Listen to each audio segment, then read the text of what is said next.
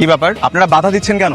আপনাদেরকে বলা হয়েছে এই বস্তিটা খালি করতে, খালি করছেন না কেন? বস্তি খালি করে আমরা থাকবো কই? শুনুন, এই জায়গাটা সরকারের কাছ থেকে আমরা ইজারা নিয়েছি। এখানে আমরা একটা নতুন প্রজেক্ট করব। আপনার ধনী বলে কি আমগর উপরে জুলুম কথা স্যার? আমার কাছে কিন্তু হাইকোর্টের নোটিশ আছে। যদি আপনারা আমার কথা না শুনেন, আমি কিন্তু পুলিশের কাছে কমপ্লেন করতে বাধ্য হবো।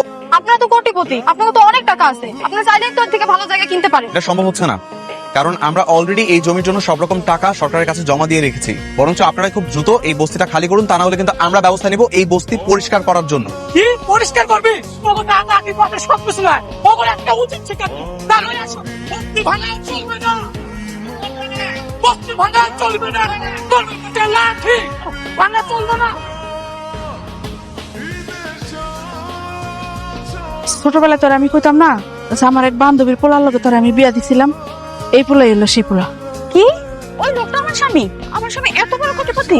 এই থামেন, কই যাচ্ছেন? অফিসের মালিকের লগে দেখা করতে যাবো। কি ব্যাপার, তুমি বস্তির ওই মেয়েটা না? আপনার লগে আমার জরুরি কথা আছে। তো বস্তিতে থাকো বলে কি এটুকু জানো না যে কোথাও যেতে গেলে পারমিশন নেওয়া লাগে? হ জানি। এরকম একটা গুরুত্বপূর্ণ মিটিং এর মধ্যে ঢুকে গেলে কেন? আপনি ওনাকে যাইতে বলেন এখান থেকে।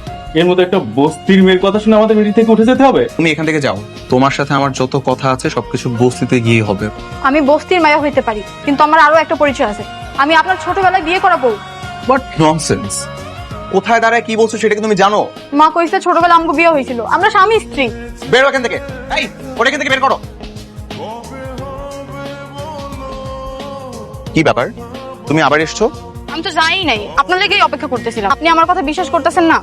আপনার মা সবকিছু জানে। আপনি বাসায় যা তারে জিজ্ঞেস করেন, সত্যিটা জানতে পারবেন। আমি আমার মাকে জিজ্ঞাসা করে সত্যিটা জেনে নিব। তুমি রাস্তাটা ছাড়ো।